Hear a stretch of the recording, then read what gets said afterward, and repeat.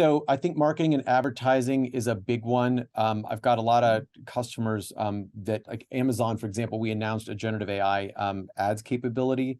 And so things that were traditionally done by agencies can now be done with AI at scale. It's really incredible stuff, generating backgrounds, generating copy for target audiences. Also in Photo Studio, one of my retail customers, a luxury customer, they do 1 million photos per year. Each photo has to be cropped. It takes 30 seconds to a minute. So imagine that, a minute times 1 million. And that's just the tip of the iceberg. So a lot of stuff in the marketing, advertising, merchandising. Almost everyone I know is dipping their toes into merchandising, SEO, keywords, things like that, copywriting. I think product recommendations through typical campaign management, product recommendations, where you're basically taking the traditional AI, which would come up with, hey, what would we recommend to this person? And then you're adding generative AI on top so that you create the explainability. The backend AI will say, hey, I would recommend to this person. And then the generative AI now tells the story around that has that brand voice.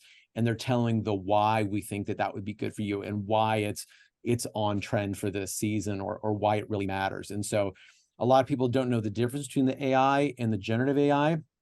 And back to the forecast, you're going to see AI coming up with the forecast, but the generative AI is going to say, hey, we've seen a shift in the demand forecast and we have an inventory imbalance and we're recommending a shift from distribution center A to distribution center B. And so the models are going to create some of the explainability on top of the data that was missing before. So that's where you kind of get into supply chain operations. I think call centers is a no-brainer too.